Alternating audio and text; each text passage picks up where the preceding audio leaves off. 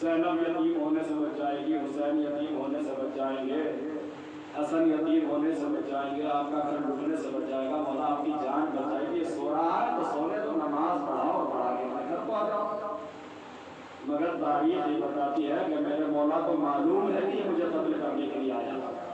میرا مولا آگے بڑھا، مصلی عبادت پہ پہنچنے سے پہلے میرے مولا نے ابن ملجم کا شانہ پکڑا اور پڑھنے کے بعد اٹھایا، اے بھائی اٹھ نماز پڑھ۔ مولا اس کی نماز بھی قبول نہیں ہوگی، یہ تو آپ کا دشمن ہے، یہ تو آپ کا قاتل ہے، آپ کے قتل کے ارادے سے آیا ہے۔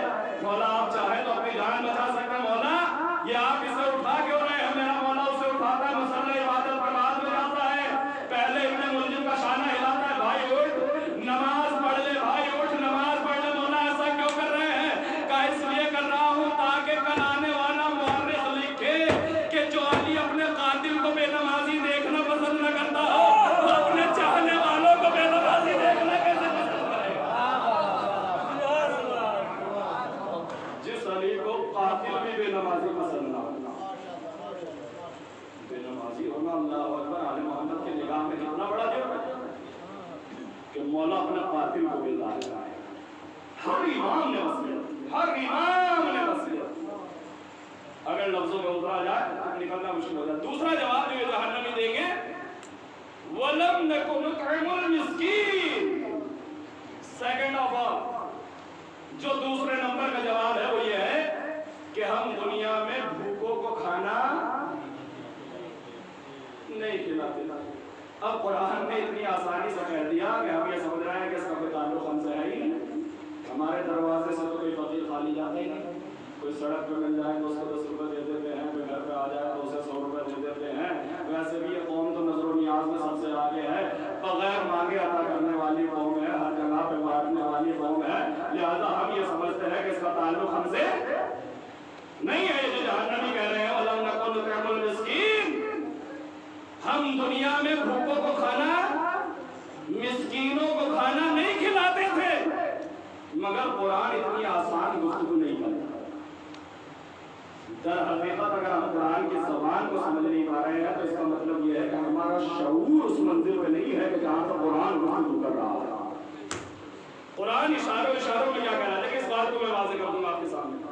یہ جو ہم صدقہ و خیرات کرتے ہیں، کسی کو 10 روپے دے دیے، کسی کو 20 روپے دے دیے، کہیں پہ 100 روپے دے دیے، کوئی مجلس بنا دی، بہترین تبرک بانٹ دیا، کوئی نظر و نیاز کر دی، دیگیں اتروا دی، کھچڑا اتروا دیا، بریانیاں اتروا دی، اور ہمیں یہ دعویٰ ہے کہ ہم تو فقیروں کو کھلانے والے ہیں، غریبوں کو کھلانے والے ہیں۔ بس ایک چھوٹا سا سوال میں آپ سے کر رہا ہوں کہ یہ جو ہم کھلاتے ہیں یہ واجب ہے یا مستحب ہے؟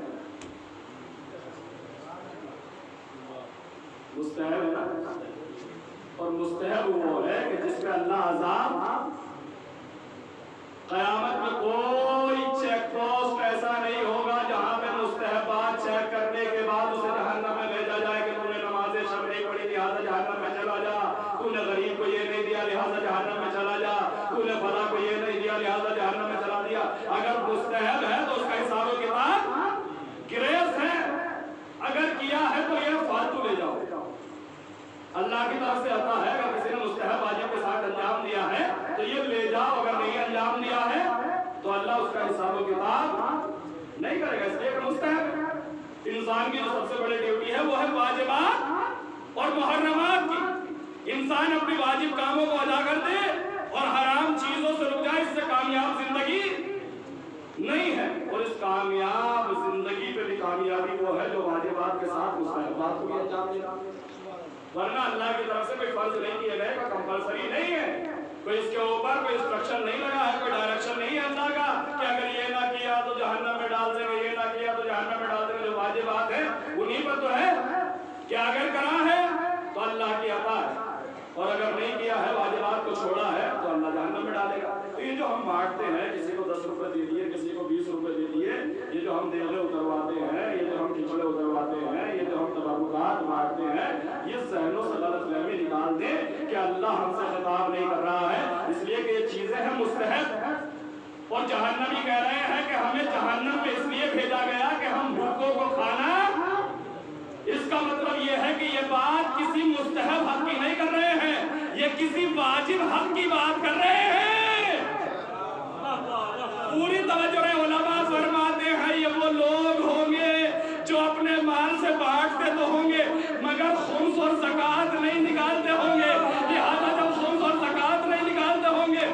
کے واجب حقوق نہ نکالنے کی بنا پر نہ جانے کتنے یتیم کتنے مسکین اپنے گھروں میں بھوکے رہ گئے ہوں گے اور یہ آواز دے رہے ہوں گے کہ ہم بھوکوں کو کھانا نہیں کھلاتے تو لہٰذا اللہ نے